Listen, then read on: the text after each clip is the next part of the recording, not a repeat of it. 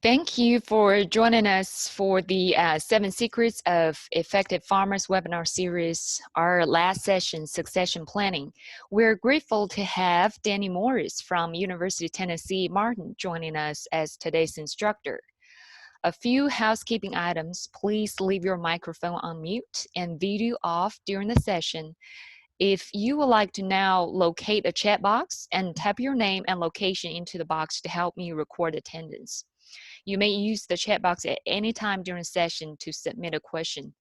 I am recording session and planning to post it online so you can share it with someone else or view it again. And I will ask you to answer 2 questions at the end to help me record feedbacks. If there are no questions at this time, let's dive into today's session. Well, all right, Iris, I appreciate you inviting me to come speak. In fact, you've created this meeting. You and I were coworkers. We were both farm management specialists with UP Extension. We did this last year, had a good turnout, had a really good response for it. And again, today we're going to go over what makes a good succession plan as it relates to transferring a farming operation from one generation to the next. So just a few things we want to talk about here at the beginning. We are going to mention about how communication is key. And I can tell you that even on our farming operation, just talking about these things and knowing what your family is planning to do is very important. No one wants to leave a big question mark when it comes to what's going to happen when, say, your parents or your grandparents pass away. So it's good to have things in writing. It's good to make sure that everybody's on the same page. That way, when the ultimate time does come and someone does pass and the assets are transferred or the management team changes, that everybody kind of has a good idea of what's about to happen. No one likes surprises, and when it comes to this type of thing, it's good to keep surprises at a minimum. We're going to talk about setting up a farm transition plan, what needs to be included. A successful farm transition is just more, it's more than just transferring assets. It's more than just changing the name of someone on the deed of trust to the farm. It's about making sure that the next generation has the management skills and knowledge to be successful. And for those of you that are younger, that are in attendance to this meeting, it's also you being someone that can take over the farming operation. It's not just your father and mother and your grandparents or your aunt and uncle that own the farming operation training you up. It's you being that person that can take it over. So it's just as much your responsibility to contribute to the transition planning as it is theirs as well. Though they will take the lead because most of the ownership and management is in their hands. We'll talk about passing along all assets, not just physical ones. And I've just mentioned that briefly about transferring knowledge and skill set and handling non-farming family members. And this is becoming a huge issue for family farms. When we start talking about farming operations, there's a lot of money involved. There's a lot of money invested in the equipment and the land and the infrastructure and the real estate. And family members see that. Non-farming family members see that. And some folks don't want to have anything to do with the farm, but they do want to have something to do with the value of those assets. Primarily if there's a sale, they want to make sure they get their piece of the pie. Fair versus equal, because those two are not the same, though most parents will try to do both. My children are young, and it's very hard for me to say how I would handle, our estate planning, but I can tell you this, everything we've got set up today for them in our estate planning, because we already have a will made out for our children, even though they're very young, it's equal. If one gets some money put into their savings account, the other one gets it too. And that's what we try to do to prevent favoritism, because favoritism can absolutely wreck a estate planning process. And then being the mentor. If you're the senior generation and you're looking to guide the next generation to success, how can you be the mentor? So let's talk about why are we so interested in estate planning. Here's some data that shows the average age of the farmer in the United States. And you can see that it has grown. The average age of the farmer has increased over time. You can see that in 2017, the majority of all the farmers in the United States were 55 and above. A lot of people in that 65 to 74, and several in that 75 and over. And as we age, of course, we get closer to our death. And of course, when we start to see people passing away, we know that things change hands. So you can see not only is the ownership of these farming operations going to change hands, but we also see that we're going to have a lot of estates transferred as well. I'm going to use a laser pointer here, maybe just highlight some of the information we've got on a few of the slides coming up. Here is some more information to kind of hit home the point of why we're interested in talking about estate planning. Over the next decade, half the farmers will retire. This goes back to 2010. And I can tell you, even here in West Tennessee, I've had a lot of close family and close friends that are involved in agriculture that their family has stopped farming. You know, farmers have gotten bigger. We've seen a lot of the farming operations that are, you know, that 2,000 an acre or less stop production. They may not have children that can take over the operation when they cease. A very common example is you will have children that have a very good job outside of farming, and when their parents retire, they have no desire to come back to the farm. They may be a doctor, maybe a lawyer, they may be a school teacher, whatever their job is, and they enjoy it, they get good benefits, and they're not going to come back and farm. They've seen all the hard work that their parents put in the farming operation. They're not going to do it themselves.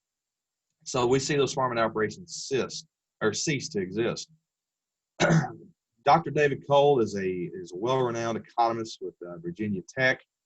His data and research had suggested that by 2025, 70% of farm ground will change hands by 2025. And again, I have seen that, you know, just around our farm in Gibson County. All the land that is adjacent to our farm has changed hands in the last 10 years. And unfortunately, some of it has changed multiple times. So we see that happening in our local area. We see it happen across the Midwest. And it goes back to the average age of the producer and them not having a successor. So it's very important that if a farming operation was to continue to exist, they need to sit down and create a plan to make that succession or that transition successful.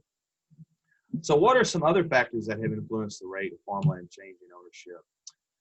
Here are some, or part of that too is, it goes back to what's going on in our current agriculture industry. We have low commodity prices, and farm profit, net farm profit is down. So we see people exiting when they have had adverse financial conditions. Here's some pitfalls that I always try to bring to light when having this discussion. This does come from Bill Whittle, is an extension agent from Virginia Tech. He's one of their farm business management specialists. And I think it can hit home with a lot of people, particularly those that come from a family farm, that not knowing your cost of production can lead to a family farm to cease to exist. Because if you don't know what it costs you to operate, how do you know where to sell your commodities, whether you're raising livestock or you're raising row crops? If you don't know your break-even levels, it's very difficult to be a good marketer. If you're not a good marketer, then your farm income levels are probably going to be pretty low. Having no plan for transferring the farm from one generation to the next. We'll go over some statistics of why it's important to have a written business plan or a written estate plan, and how that those that do tend to be more successful. And adequate financial record keeping. That goes twofold in estate planning. Number one, it helps those that are managing the operation to know how they're performing financially and how to relay that information not only to their family members that are involved in the farming operation, but their business partners as well, their attorneys, accountants, possibly even their lender if they borrow money. And it's also important in the estate planning process if you have good record keeping, because if you were to pass away and leave your farming operation to your family members, they need to know the financial situation of the farm. If you find yourself with no heirs to your farming operation and you pass, they may not know the day-to-day operations of the farm. So having good record keeping or a good system of record keeping allows them to be able to answer a lot of questions in making a decision of, does this farming operation need to continue? Where are we at on our bills? And how do we create a plan to transfer the assets or settle your estate? Another pitfall is a lack of a clearly defined business plan. Here at UT Martin, I teach a farm management class, and that's something that I try to drive home to our students, is that we need to have a well-written business plan. You can look at a textbook and maybe glaze over at some of the examples they give you. You may not need anything that's in depth that you see in a textbook, but what you do need to have is have a clear written plan that makes sense to you and those that you do business with and those that are involved in the operation. Is it lets everybody know where you stand, what you expect out of the operation, and it's easier to obtain your goals if you haven't written down. Lack of communication. I have worked with farm families where when it comes to talking about estate planning, it's zip lip. No one talks about it. No one wants to talk about it. The senior generation has their idea of what's going to happen upon passing, and there's no discussion. That's unfortunate, but that is just how some families operate. But it definitely creates a lot of barriers for those that are left behind upon your passing. There's no communication about what's going to happen upon the transition of the farm. Avoiding or deferring taxes. There are some farms that have to be sold to settle tax liabilities. There are a lot of value placed on farmland, especially if it's a lot amount of acreage that is transferring hands. And if you have deferred your taxes in your farming operation, you will eventually have to settle up on that. Lack of financial reserves, the lack of money to pay for a funeral or to pay for a transition, maybe buying out family members if that's what needs to happen in order to let the farming operation continue to exist. Not managing family living expenses could be a huge pitfall. When it comes to family living expenses, one thing to keep in mind about those is, don't get me wrong, we all have to live. We all have to pay our grocery bills, pay our rent or mortgage. I get that. But money that's not put back into the farm is money that goes primarily towards family living. And it doesn't, if money's not spent on the farm, then, debts are not paid down, ahead of time. Assets are not accumulating if money is constantly being pulled out of the farm. So keep that in mind. Following your neighbor, trying to keep up with the Joneses. We all know stories of that. Making sure we have the brightest paint on our equipment does come at a cost. I just had a conversation with a farm credit officer or a farm credit lender this week about that, talking about, the cost of new machinery, and it's so expensive. And that's something that we do see. We do see some farming operations that do try to follow the lead farmer in their area, and it does come at a price. And that goes back to jumping on the latest and newest and hottest enterprise / equipment / whatever you want to put in there. An example of that, and Iris can attest to this, would be the hemp industry that we saw kind of blow up in the last couple of years. Jumping on the hottest and latest enterprise and kind of bites you in the rear end. Always make sure that you're doing your planning, your budgeting, and you know what you're getting yourself into. And then not training the next generation to be successful.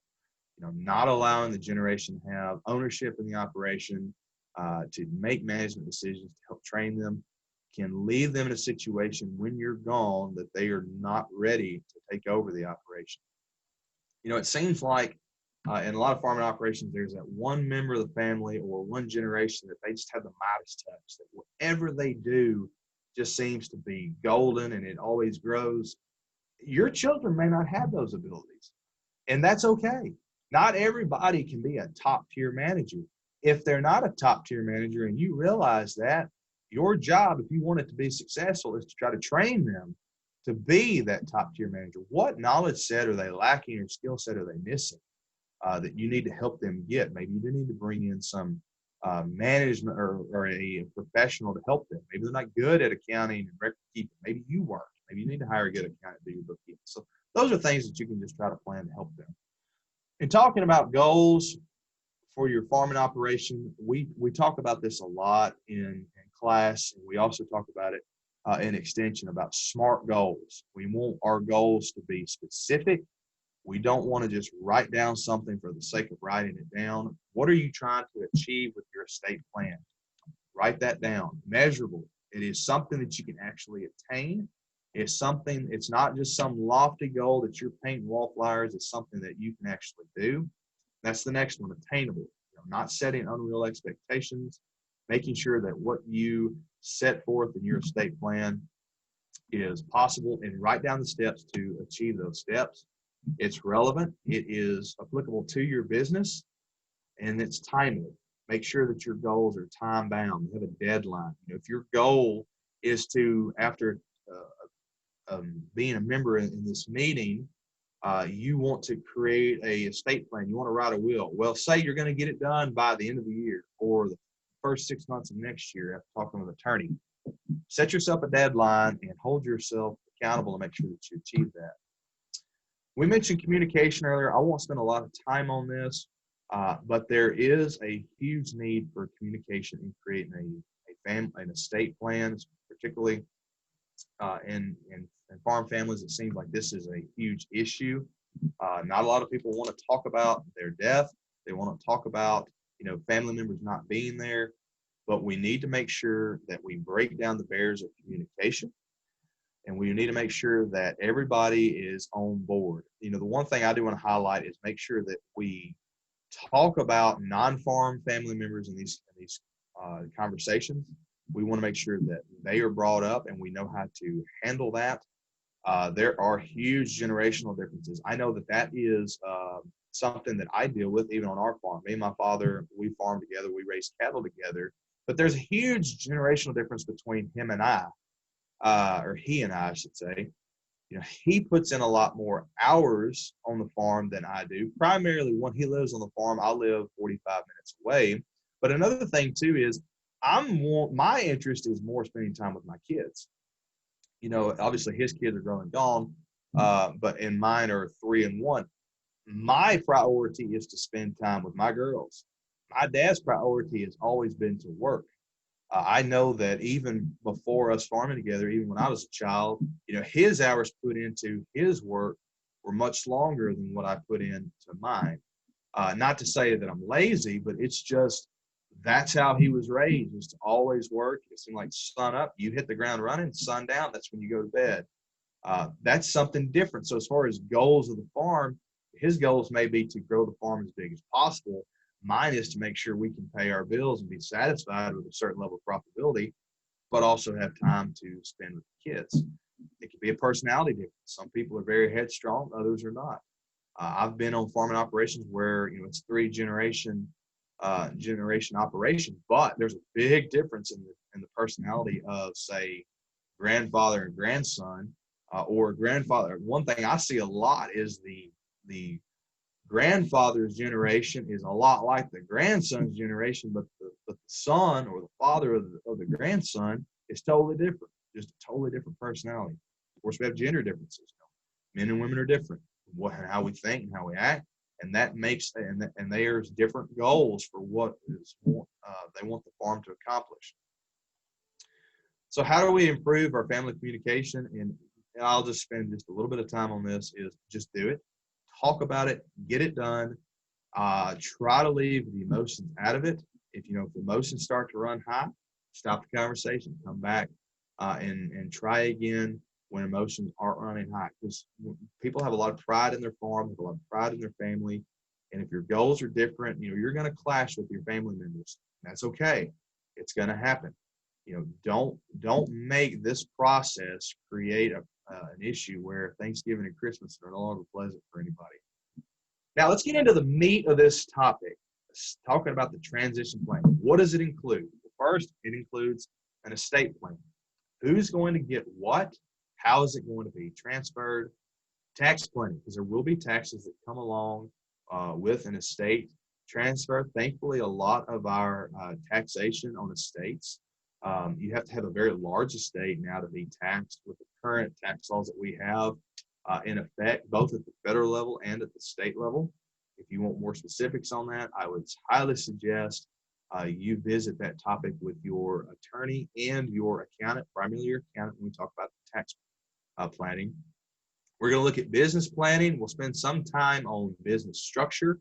We'll also call it organizational structure. Do we need to be a sole proprietorship, partnership, LLC, incorporated, and how does that impact the estate planning process? And then retirement planning. Because a lot of times when it comes to retirement planning in agriculture, our retirement plan is the farm.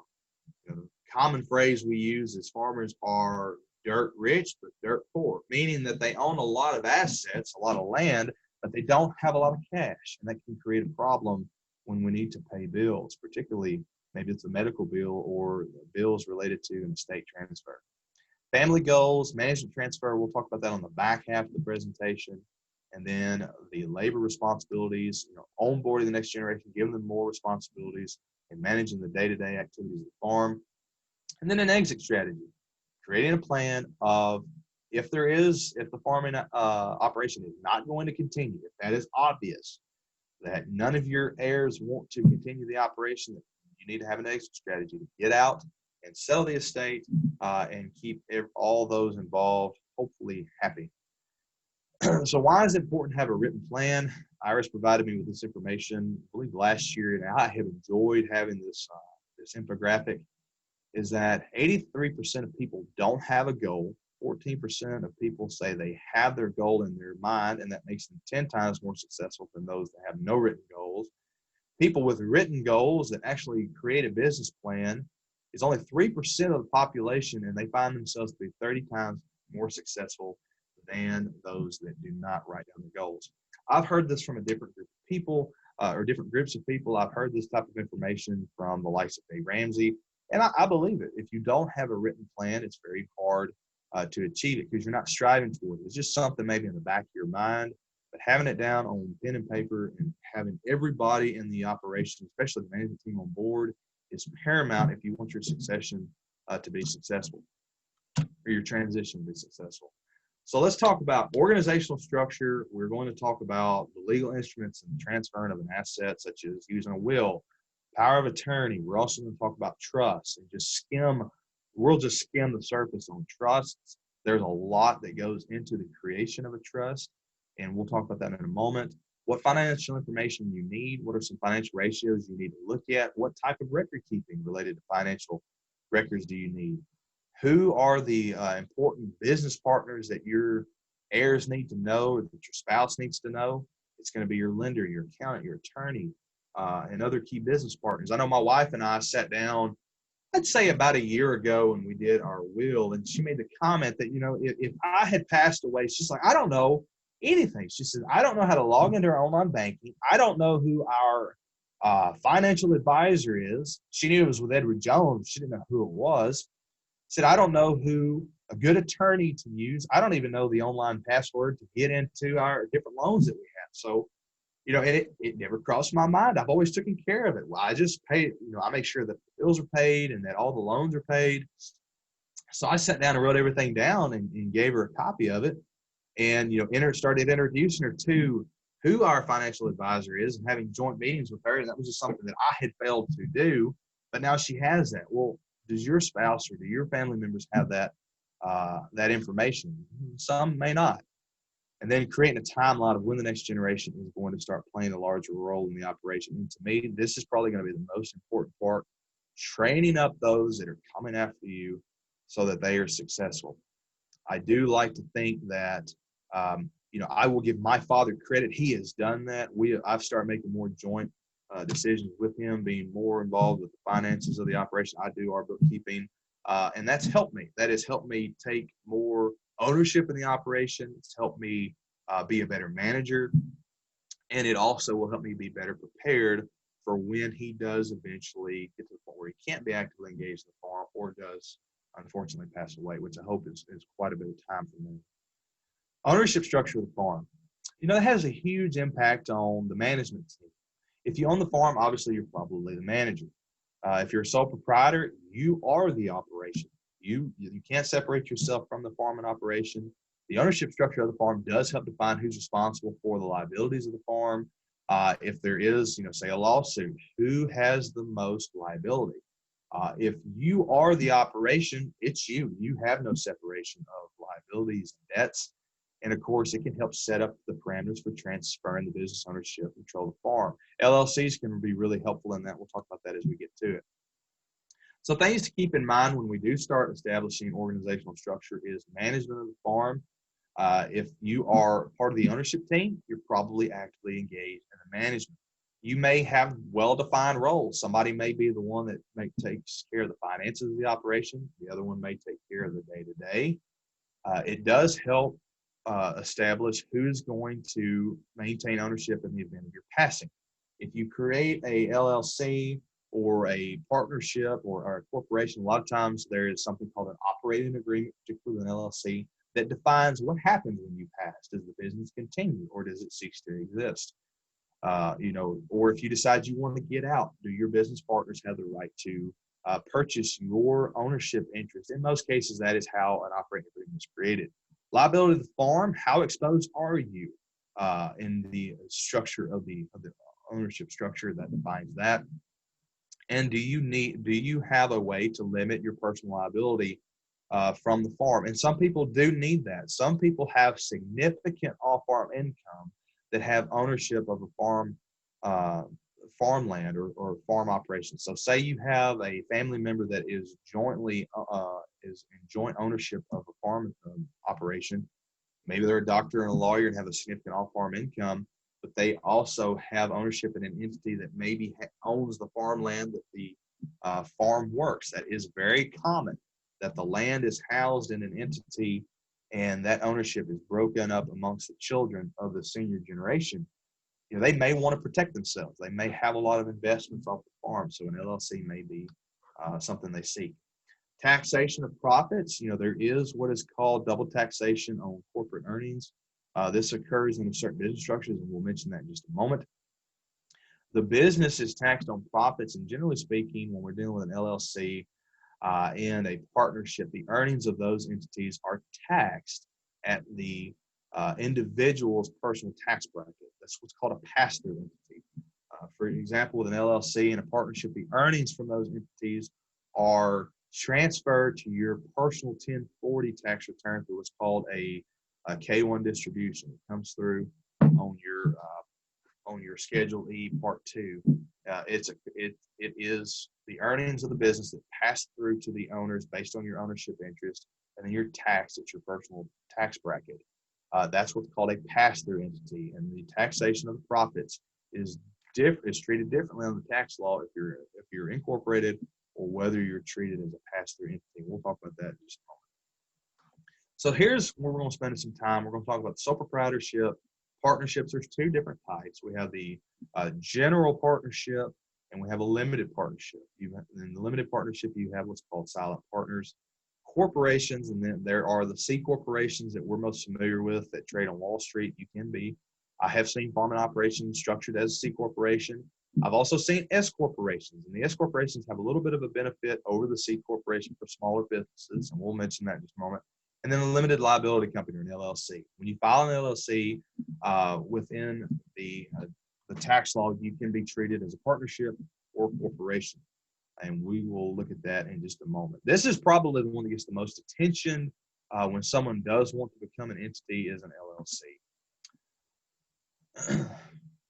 Now, why do we worry so much about entity structure? One, we worry about it from a taxation standpoint.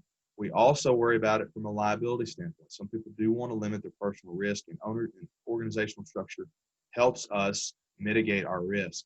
It can also help with the transfer of business assets from one generation to the next, which is the whole point of this meeting. We're talking about transitioning farm assets from one generation to the next. If you have part ownership interest in an LLC, then you are part of the ownership of that entity. And if the senior generation passes, maybe you just simply buy their ownership interest, and now you're the sole owner of the entity, and you own the assets that entity has ownership of. Written business agreements, I mentioned earlier, called an operating agreement, can help mitigate disputes between business partners when you do decide either to exit the business or if you were to pass away. What happens to your ownership interest? Now, in talking about legal instruments to consider, we talk about wills a lot when we talk about estate planning. I highly suggest everybody have a will, because if you don't have a plan for your estate, the state of Tennessee does. It's because when you die without a will, it's called dying intestate, which means that the state will use their law. It's called the Code Annotated, the Tennessee law, to determine who will inherit your assets. Generally speaking, it goes to the next of kin. If that may not be what you want done, you may not want your estate going to your children. You may want it to go to your grandchildren. If that's the case, you need to lay that out into a will. I learned this in creating our will for our little girls, is that, if I don't define who gets custody of my children, they go to the custody of the state. And generally speaking, the judge will, give custody to, a very close family member, such as my parents or in-laws or my sibling. But I would hate to know that my children would be custody of the Department of Child Services, even for a moment. Not a slight towards that agency, but it just scares me that, something could happen to my girls that I didn't plan for. So I feel like we were very proactive in creating our estate plan. And I hope you do the same, because if you don't have a plan for your estate, somebody else does. Power of attorney, it allows others to act on behalf and make legal decisions and financial decisions on your behalf. You also have what's called medical directive. If you were to come incapacitated, say you were to have an injury and you can't function, you maybe have a stroke, maybe you have dementia, onset Alzheimer's, and you can't mentally make cognizant decisions, this gives someone else the ability to make decisions on your behalf. So creating these documents and filing them with an attorney is very important in creating the structure for creating a good estate plan. Trust, this gets a lot of attention. If you get nothing else from me on trust, know this. When you're talking about creating a trust to transfer assets, work with an attorney that has experience with that. I always tell the story, there is a billboard in Jackson, Tennessee, that is a law firm there, and it's specializing in DUIs, immigration, divorce, and I think getting disability. Well, what do those all have in common? Nothing. They have nothing in common. So that attorney, to me, is a jack of all trades and possibly an expert in none. But I don't think I'm going to call that attorney to do estate planning for me. I would advise you to find an attorney that specializes in estate planning. And when you're working with an attorney, and say it's a family attorney or a local attorney that you've known for years, ask them, what's the percentage of your business that is estate planning? If they say, well, I spend about 5% of my time on estate planning, that's not your person.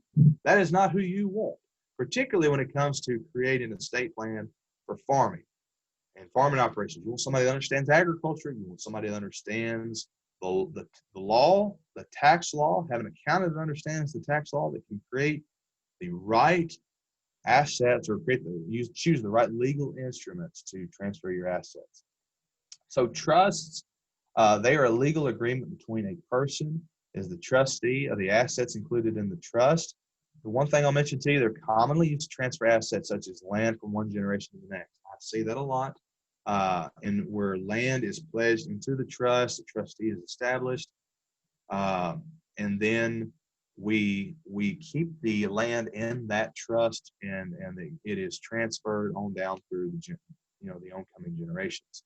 I won't spend too much time on that. I will just give you the guidance of finding an attorney that completely understands trust and creating one if you so choose to. There are 3 different types of trusts, just so you know the definitions of them. We have what's called a testamentary trust. This is the type of trust created in a will. This is the type of trust that will be created upon if me and my wife were to pass, for our children, for our estate to go into, for them to inherit once they become of legal age. It's not really a benefit tax-wise, but it's good for smaller states like my own. You have what's called a living trust. This is created while you as the trustor is still living. Unlike a testamentary trust is created by a will, you actually create this. It can be called a revocable trust because you have the right to revoke that trust while you are still alive. You can make changes, and you retain absolute control of the assets until you die. And when you die, it becomes an irrevocable trust. Now, you can create an irrevocable trust if you so choose to give up your assets. You permanently lose control over those assets, and you can pledge assets to that. And once they're placed in that, it is final. So you need to make sure, if you're going the irrevocable trust route before you're passing, make sure you have an attorney that understands and you understand what you created before you sign off on everything. Here's some things to keep in mind that a lot of folks may not know, is that bank accounts and life insurance policies actually ignore your will and your estate plan. I'll give you an example. I am currently on the checking account with my parents. They did that in case something were to happen to the other one. Maybe they both become incapacitated and somebody needed to settle their estate matters. I'm on that account with them. If they put in their will that they want all of their assets to be equally split between me and my brother, I don't have to adhere to that, nor does the courts have to adhere to that, because whoever is jointly on that checking account supersedes what that will states. I could go drain that account and never give a dime to my brother if I absolutely wanted to. I'm not going to do that. but it is something that I could do. Same thing on a life insurance policy. If I have a life insurance policy and whoever I designate as the beneficiary, the life insurance company is going to adhere to that policy and who's the beneficiary. So let me give you an example. Say you have a husband and wife that create a life insurance policy together. And part of that policy is to pay for the debts of the farming operation. Say they divorce. The husband remarries or the wife remarries or they both remarry. And no one goes back and revisits that life insurance policy and changes the beneficiary. And you were to pass, guess who gets the benefit from that life insurance policy? Wife number one, not wife number two, if there was a remarriage. That may not be what you want. You may want that benefit to go to your current spouse. That wouldn't be the case if you haven't updated who your beneficiary is. Because the life insurance company will adhere to what you have on the policy and what they have on record, and it will not go to what your will may state. Even if you say all your assets were to go to, say the individual was remarried, we're supposed to go to wife number two. That's not the case if the beneficiary on that policy says wife number one. So always update your estate planning legal instruments. That's something about estate planning. It has to be fluid. You've heard the word fluid a lot in COVID-19. Everything's fluid, right? Everything's changing. Well, things change. Children are born. People marry. People divorce and get remarried. That will change your estate plan. It may completely eradicate what you created in the first place, and you need to constantly maybe go back every so often, every few years, and update it. Other things to consider: who's going to pay for health care in the event that you do get sick. The only thing I'll mention here, just for time's sake, is that there are ways to help pay for healthcare costs. You can set up advanced care. You can prepay on some policies. There's long-term care coverage policies that do help for extended stays in nursing homes. That may be something, a policy that you look at buying. That way you don't strap your heirs with the cost of your medical needs. Something to consider too. Currently, the look-back period is 5 years. So say, for example, you do find yourself in a nursing home and you had just transferred the estate, all the assets in your estate to your son or daughter 3 years prior to going to the nursing home. You die and you have medical bills.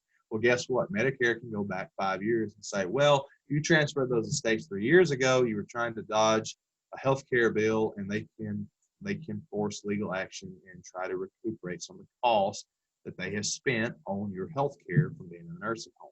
So the current look-back period is 5 years. They have looked to extend that, possibly even up to 7, maybe 10 years, but currently law is 5 years. So if you want to transfer your estate to prevent that from happening, you can do so now. Once you get to the 5 years in the future, they can't go back on it. Because the question I would have in my mind when creating my estate plan is, how will my spouse, how will my partner and children be impacted by medical bills in the event that I do have to go into long-term care? Having enough liquid assets. I do have an example here from a farmer that retires from active production. Now the children run the operation. Father and mother have maintained all the land to receive the rental income to cover their cost of living. However, major expense arises, it has to be covered. Where is the money going to come from? And primarily in agriculture, it does come from a sale of a farm, because we don't tend to have a lot of cash reserves to cover a huge need, maybe a medical bill. That's where insurance comes into play. That's where having good financial reserves come into play, and setting up retirement accounts early, doing 401ks, doing self-employed IRAs. You can do self-employed IRAs through self-employed 401ks as well. There's different structures for those. It may not necessarily be called a 401k. That's when you have an actual employer. But setting up retirement accounts early is very important, that we have the liquidity that you need later in life. So we've talked about wills. When we discuss estate planning, we're not going to dive off into taxation issues. I will just tell you, in creating the estate plan, make sure that you're working with a legal counsel, or you're working with a CPA that understands taxation issues and can help you with that. Now, we've talked about transferring the assets. We've talked about the organizational structure. Now let's dive off into transferring knowledge and talk about intangible things such as skills. So how can we help the next generation be successful? Let's answer a few questions. How does management transfer? Well, first and foremost, management transfer is by you teaching someone what you have either been taught or you've had to learn through experience. There's a lot of things that I know that I have heard my father repeat over and over. I learned this the hard way. I'm going to tell you so you don't have to. And then sometimes I completely ignore that advice and have to learn the hard way because, just being bullheaded. You learn by experience. You can't teach your children or those that you intend to transfer your estate to everything they need to know by being their mentor, but you can help them. And that's the biggest thing, is being proactive and helping. How do assets transfer? That goes back to the legal instruments that we've talked about. How will income be distributed? What percentage ownership do they have of the operation? How much money are they able to take out? How much money do you need to go through the transition process as the current owner of the operation?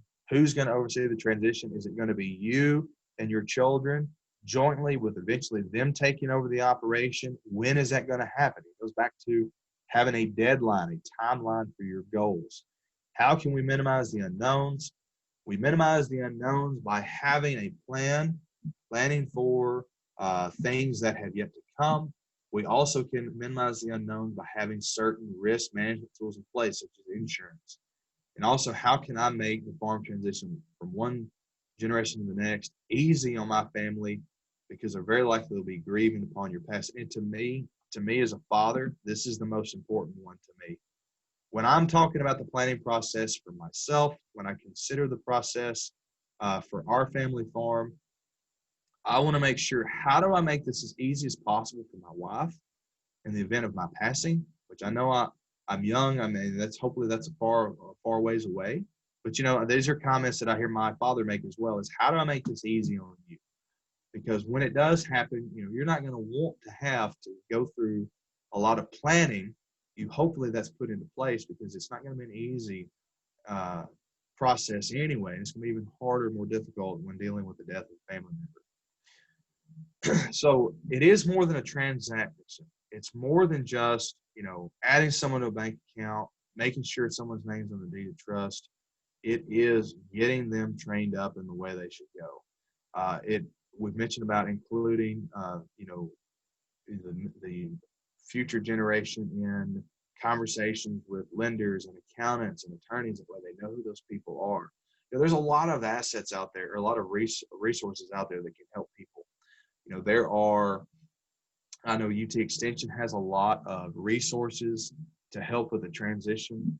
You have farm management specialists like Iris. You have other farm management specialists if you're here in West Tennessee. You have Chris Narayan, who's a farm management specialist covering most of West Tennessee. He can help creating financial plans and helping create a good plan, and how to transfer assets. How much money do you need to get through a farm transition plan? Those are really good resources to have access to. If you need to reach out to those, I'm sure Iris can give you the contact information. Now let's talk about onboarding the next generation. We've talked about helping people be a better manager. Let's talk about how to make somebody a better manager and getting them involved with the day-to-day business decisions of the operation. If you're the senior generation that's in this class, you're wanting to make sure that your farm and operation transitions successfully to your children or grandchildren or other family members, or maybe friends that you've identified. Bring them into the production making decision process. Have them have some ownership. Maybe they're really good at agronomy. Maybe they understand precision ag better than you. That'll allow them to have a little bit of skin in the game. Some people call that sweat equity. Help them make purchase decisions, such as buying the certain hybrids that they want to. That maybe they've been to a meeting and they've seen a yield plot or a test plot where the yield data looks really good for a hybrid, and they're really gung ho for it. Let them make that decision. Plant a few acreage on that hybrid. It gives them a little bit of ownership. When it's successful, brag on them. Let them know that you're very proud of what they've done. Allow them to have comments on equipment being purchased, features being chosen.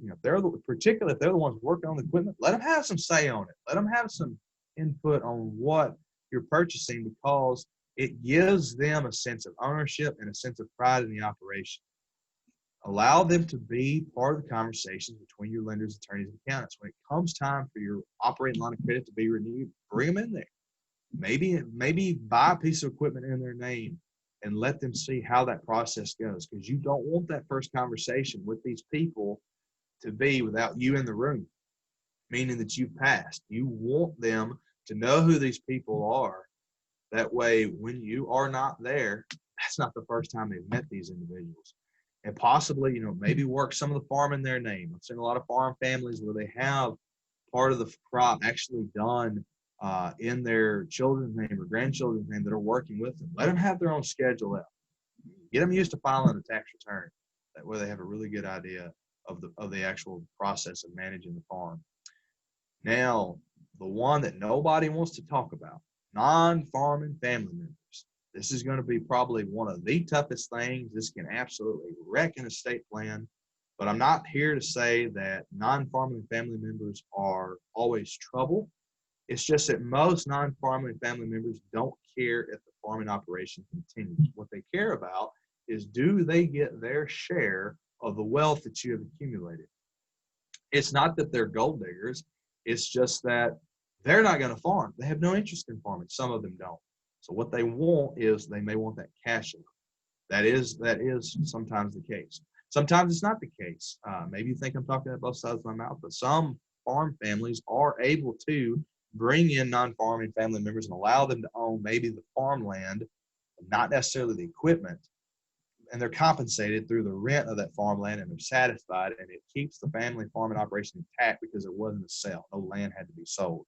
No one individual that is currently part of the farming operation had to pony up a lot of money to buy somebody else. You don't want to strap somebody with a lot of debt in order to buy out family members, and sometimes that does have to happen. We often seek to be fair, but it doesn't mean that we are going to be equal. We can try to be fair to everybody, but being equal is not always possible. What you may consider fair, other family members may not. And if you divide everything up equally, it could mean that the farming operation ceased to exist. Say you own 1,000 acres, but you have 4 children. If you divide up all that farmland amongst each child, 250 acres apiece. Well, if one of your children is farming, they probably needed 1,000 acres to keep farming. What's to say their 3 siblings are not going to sell part of it or rent it out to somebody else if they don't get along? So what you do, whatever you decide to do, there's no easy answer, but you need to be proactive in making your estate plan. When you're talking about non-farming family members, think of this. Maybe you can give them some land that your house is on that has more value than farming land because there's a residence there. Maybe they can sell that piece of property to somebody that wants to live in the country and come up with enough cash to satisfy them, and they will move on. Maybe life insurance is part of your estate planning process. And honestly, and my background does include some time spent in ag lending. This is one of the things we ask most of our borrowers to have, is life insurance to satisfy the debts of the farm. But in most cases, part of the reason why our farmers had life insurance was to satisfy the wants of the non-farming family members. If the estate itself is worth $1 million and you have enough life insurance coverage that would pay out $1 million to your non-farming family members, that's equal distribution of the wealth. The family members continue to farm, inherit the $1 million of assets that are farm related. The non-farming family members gets the $1 million in cash, probably satisfied. And what you're trying to prevent your farming family members from having to come up with a lot of money to buy out. Sometimes that is the case. Sometimes we do have to finance farmland to come up with the money to buy out the non-farming family members. And just remember, taxation will be an issue for all those involved. If a piece of property is sold, there's definitely going to be some taxes on the gains on that. And some farms are not sold because of that. I believe we've talked about this enough. I'm going to move on. We've talked about mentoring the next generation quite a bit. As far as areas of management to bring them on board, we've talked about bringing them into the production, financial and business discussions, personnel, and we'll talk about that at the end. I'm going to spend a little bit more time on that and actually give you some examples of where this has been an issue, and then dealing with family. I believe we've talked enough about production. For the sake of time, I'm going to move on. I'm also going to move on past the financial and business as well, because we have mentioned this in previous slides. Personnel. one thing I will advise you to do is, if you do have younger generation coming on board, give them some management responsibilities over your farm hands or your employees. Because just because your employees listen to you does not mean that they will listen to your son or your grandson. I'll give you an example. Having had an operation here near to where I am from, that it was a grandson and grandfather that farmed together. Farm labor highly respected the granddad, but did not respect the grandson. In fact, when he took over, he had some problems out of the farm employees listening to him, because in their mind, he was still a little kid. They remember him growing up, riding the combine and tractor with them. He wasn't nothing but a child, even though he was now the owner of the operation. So in fact, he had let some of the employees go because there was no respect there. They would not listen to him, and things weren't getting done the way he wanted it to be done. So here is an example that I have actually seen some farmers do, and I like this. I was sitting in a seminar about this topic, and a gentleman raised this point. He said that he had made sure that his son was the one that wrote the paycheck to his employees. He said, because a lot of people will not disrespect or backtalk the person that is paying them. I thought that was a good point. He was usually the one that gave the paycheck to his employees, but he gave that over to his son. That way they started looking at his son as that, hey, he's the manager now. And one day he's going to be my boss. In fact, he's the one writing me my paycheck. So I probably don't need to be too disrespectful to him. And they thought of him in a different light. He wasn't just a farmhand with them anymore.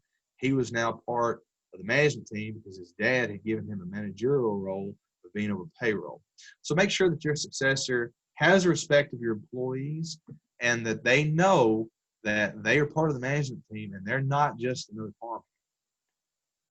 Family members, we talk about having conversations with family members. We're trying to mitigate family conflicts because we don't want any of this process, this estate planning process, to break up the family, cause a lot of strife, and make getting together a problem. That's not what we want. We want to avoid that at all costs.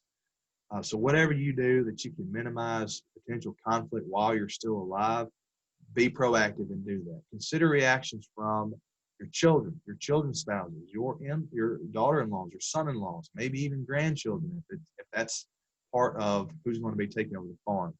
In some cases, this isn't going to happen. I know that. I work with some farm families.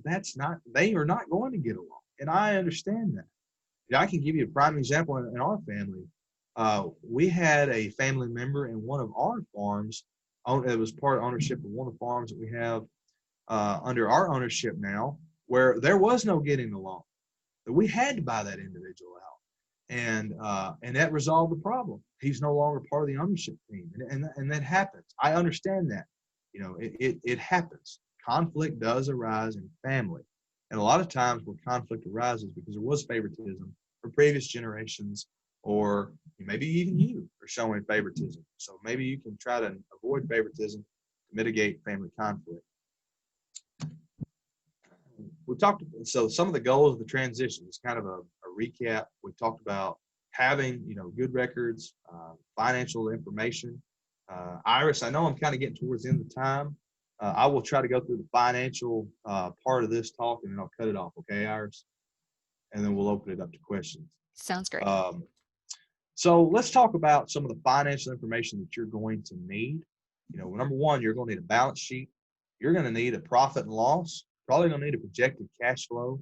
And the purpose of these documents are to assist with the transition. If you're dealing with a lender, you're going to have that information anyway. If you're talking with family members that are not engaged in the management of the farm, they have no clue the financial situation of the farm. That's the reason why you have these documents to help bring them in and have conversations with them. And also, it can allow you, if you are the owner of the operation of the assets, to say what type of income do you need to maintain the level of the lifestyle that you would like to have post farming or in retirement. We have talked about we can talk about this a little bit, helping the generation build equity. This is getting assets into their name, allow them to kind of build up their balance sheet. We've talked about, having their own, purchasing of equipment, maybe even getting their own small operating line of credit. This was one way my dad got me into farming operation was we created my own operating line of credit separate from his, in order so I could buy inputs, buy livestock, and made me market my cattle because I had to pay back my line of credit. Really got my feet wet in managing our farm. I've seen that a lot of times when I was in lending. That was something that was done. You'd have an operating line of credit for the senior generation, and son or daughter or son-in-law, nephew, whatever it would be, would have one as well. And that goes a long way. Let's see here. I'm going to skip through that. We've talked about outlaws. I love this quote. What's the difference between in-laws and outlaws? Outlaws are wanted. Just kind of make a slight at those that marry into the family. Here's something that you need to keep in the back of your mind, is the unthinkable. When you create an estate plan, and mentioned earlier that's a very fluid thing. Here's the reality. Life can get very messy. If you create an estate plan, you think it's bulletproof, you think everything's going to your child, and they're married with children, and everything seems good, and then somebody wants a divorce, somebody gets out, then there's remarriage, and then they get remarried and have children with a new spouse. Guess what happened to your estate plan? Probably doesn't apply anymore. It probably needs to be revisited. So these are some things that you need to think about when you're creating an estate plan, is that you need to go back and update it. If the farm needs to be protected from a divorcing spouse, farms can be protected from a divorcing spouse through legal instruments, and that may be something you need to look at. So good business structuring can help separate personal assets from farm assets. Working with an attorney can really help keep the farm intact. The reason why I bring this up, hope it's not the case for anybody in the audience of this meeting, but it is reality. These things do happen. So you have to plan for those. How long should a transition take? That's a loaded question. In my mind, I would suggest that a transition probably is going to take up to 5 years, and with a 1 to 2 year trial period. I love this. I was in a meeting one time, and this was David Baker. He's a farm transition specialist at Iowa State, and I love this suggestion. He made a comment that your transition needs to be time-bound. We need to try to accomplish it in 4 to 5 years. But there's a 1 to 2 year trial period. And what he means by that is you start the process while you own the assets as a senior generation, but as you age out or you're getting to the point of retirement, you transfer everything over to the next generation, but you're still in there for a 1 to 2 year trial period. Maybe you have a minority ownership in the. And what this does is this allows for a time of joint decision making while you're still there to help them through, bad times, or maybe things don't go as planned. This allows you to be that mentor and jointly manage with those that are coming up after you. It's a period of letting the successors make the decisions they need to make while the outgoing owners still are around for direct consultation. Because here's something we need to keep in mind, and I think about this a lot, maybe more than I should. I'm 32. My dad is 57. And there's a lot of times when we do something on the farm, I think, okay, well, this will be here for 15, 20 years. When I have to replace this, Dad's probably not going to be here. And, I think Dad's probably got 10, 15 years left in him, probably 10 really good years. And farming with a family member is great because they're there. They can help make decisions. If I do something that's a bad decision, I can ring up Dad or Sam in person and ask questions. Well, in 15, 20 years, that may not be the case. He may not be able to physically help, or he may not even be there. And having that time when you are both alive and healthy and can make decisions together, it's so important. That way you can bounce ideas off each other. And when maybe one person fails, because I fail a lot more than my father does because of youth and inexperience, I'm able to get advice from him. And I highly value that. And it allows me to be successful. If he wasn't there to get that advice and feedback and bounce ideas off of, it'd be a lot more difficult. That's one point I do want to make with having a trial period of transition. Business planning on the bottom line. How do we make it profitable during a transition? I'll go ahead and fast forward a little bit and get through the finances of How much do we need to afford a transition? Here's some information from Dr. David Cole. I really like this. This shows the net income from a farming operation, an average of those that they did a study with that had no plan versus those that had a plan.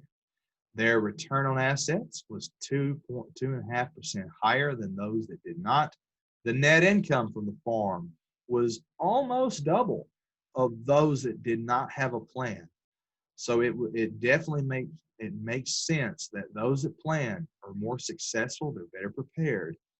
So not only it help you be more successful, but it helps generate more money. It seems to those that are proactive managers and very aggressive in their managing tactics are more successful.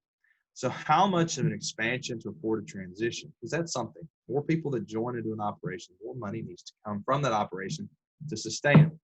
You know, when it was just you and maybe you and your spouse as a sole proprietor, you only needed, it was just your family you're feeding.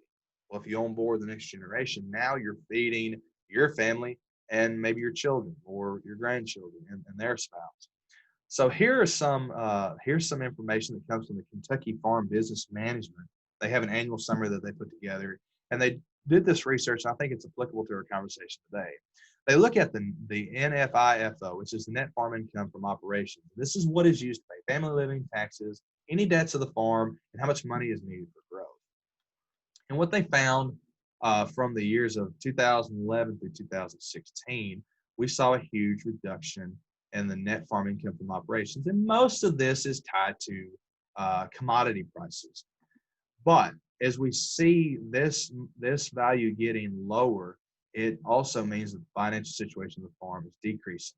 So keep in mind that this value is used to pay family living, taxes, debt service, and growth.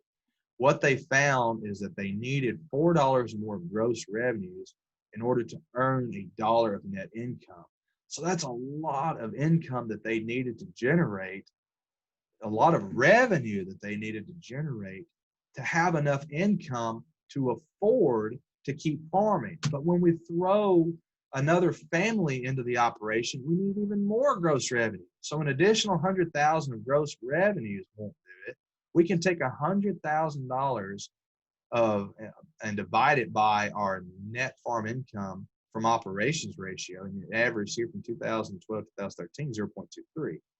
So this means in order to come up with $100,000 of net farm income to pay for family living, taxes, and the loans of the operation, essentially to live on, the money we need to live on, we need to have gross revenues of $435,000 approximately. Now, we have not included debt service, so it means we need $4 to $5 of gross for every dollar of net. So why do I bring this up? It seems like a lot of math and a lot of, jumble, and it doesn't really mean a lot. Well, if you need $100,000 to live on, you need $500,000 of gross revenue to create that $100,000 to live on. If you bring another family member to the operation and that doubles, you need now $200,000 to live on. Well, your gross, you need $1 million of gross in order to create the $200,000 for your family to live on and your heirs' family to live on if they're going to come on board. And that's just some numbers that came from the university, or that came from the Kentucky Farm Business Management Association. I'm not saying that's concrete and going to be your case, but it's a really good talking point about how much money it takes to bring on board the next generation if they're going to be living out of the operation with you.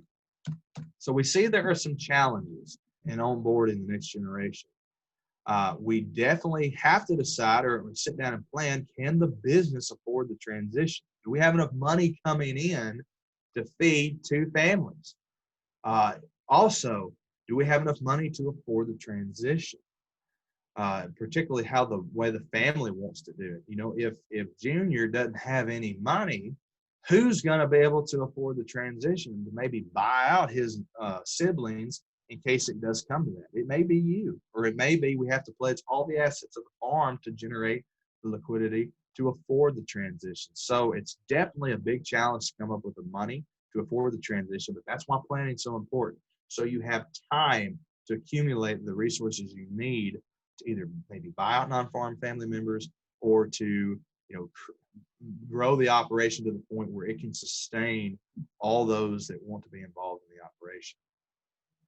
I strongly suggest, if you being the senior generation, make sure that you have enough money to survive after you get out of the farming operation. That's why you need to start early. Those of you that are young, that are here, some of those of you that are in my class, always put back for retirement.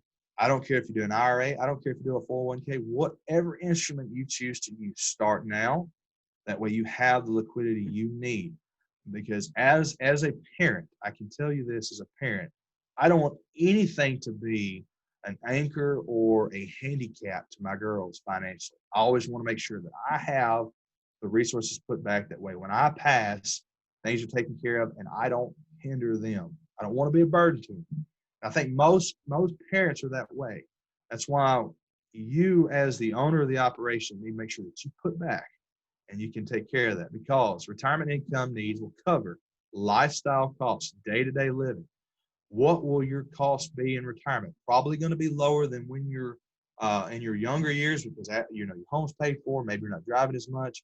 But how much income do you have coming from outside sources such as Social Security? Is it even going to still be there when you retire if you're young right now? Pensions and savings, investments, farm. And also remember, inflation. We lose purchasing power as time goes by because money just doesn't go as far as it used to. So those are my last points of advice on planning for transitioning your farm. Here are some resources. This resource is getting replaced, but still currently active. You can go to farmlandlegacy.utk.edu and access the Farmland Legacy Toolkit. There is a book in there that is the Farmland Legacy book work manual. It's still a very relevant resource. It was updated back in 2013, I believe, and it is currently being updated. I know Iris, you and I both revised some chapters in that manual. That will be something that is a good resource for those that are looking to start the process. There's a lot of good information in there. Another really good resource that I have run across is Iowa State Extension Services. They actually, at this link, if you want to type this into your web browser, it will bring up resources for transitioning and beginning farmers. And the reason why they tie these two together, if you are a transitioning farm, you may find yourself to be in the beginning farmer's shoes because you're new at it. And there's resources there as well. So in conclusion, write down your farm transition plan, get started. Communicate with family members that will be involved in the process, and communicate with the business partners that you need to bring in to help you with the transition process as well. You are doing much more than passing along the farmland, the barns, the shops, the equipment to those that are coming after you. You're transferring the knowledge and the skill set as well while you're there to be their mentor. That way they can be successful. Also consider how to handle non-farming family members. I don't mean to make these individuals sound like the bad guys. Most often they are not. They probably love you just as much as your blood kin do.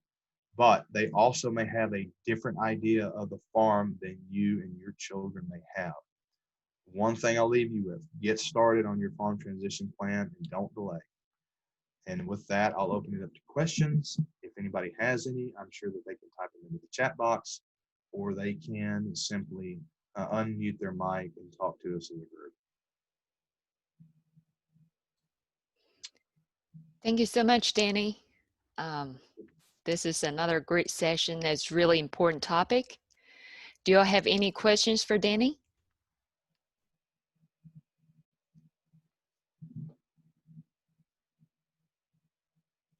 I don't see any questions so far in the chat box. Well, that either means two things. I either did a really good job and they have none, or I did such a poor job, they don't even care what I got to say.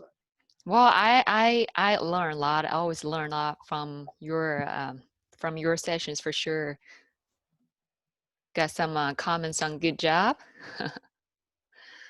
It's really lucky for the students at Martin to have Danny as a lecturer for sure. I hope they enjoy it. I know they probably get tired of hearing me talk. They hear me a lot, especially the ones that have me for multiple classes. Bless them.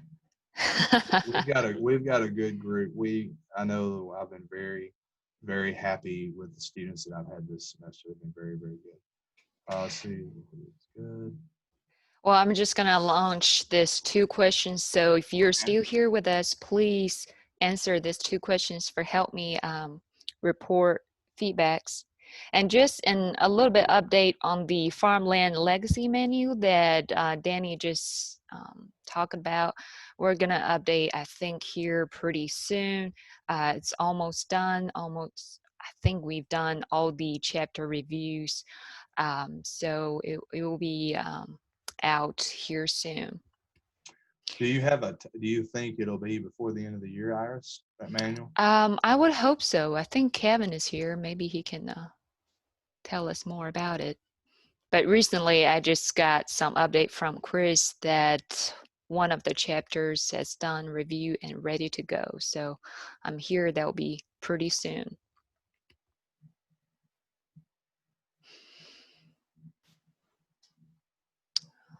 Well, I still don't see any questions. Sure. And thank you, Danny. This is a great session to conclude our Effective Farmers webinar series. And unfortunately, we're not going to continue for another year of the Effective Farmers webinar series. But the UT Extension, the managed program, we have a new we have a new webinar coming out. It's called the Tennessee Master Farm Manager. So if you're interested in that, it will be starting here in October, and it will be continued every year. And if you're interested in that, I send out the link in our email. So I hope you can join us in that Master Manager class. All right, thank you all. Absolutely. I'm signed up for it, and I'm looking forward to it. I think that's going to be a very good resource. Great, great. I know Farm Credit has inquired of me about it, of what the content is, and I had to let them know.